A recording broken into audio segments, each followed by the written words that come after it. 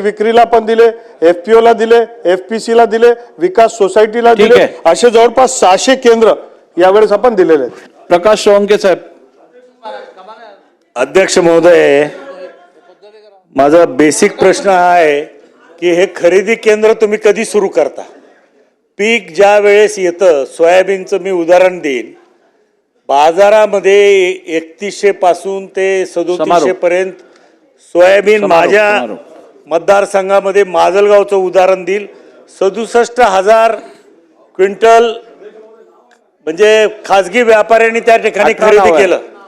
आणि सरकारचं केंद्र नाफेडचं अजूनही सुरू झालेलं नाही. जबाबदारीनं सांगतोय मी, सोयाबीनचं केंद्र माजलगावला सुरू झालेलं नाही.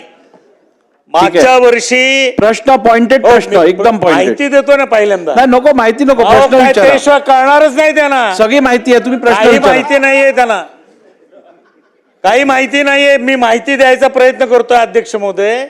मागच्या वर्षी खाजगीनं 3,30,000 क्विंटल खाजगीमध्ये व्यापाऱ्यांनी खरेदी केलं आणि नाफेडनी फक्त 17,000 क्विंटल खरेदी केलं.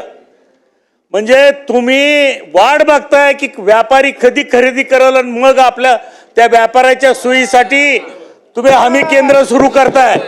माझा आरोप आहे तुमच्यावरती. तुम्ही हे खरेदी केंद्र.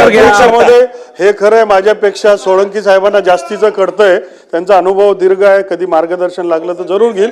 अध्यक्ष महोदय, मला एक मिनिट अध्यक्ष महोदय, ही इंटरव्हेन्शन स्कीम आहे.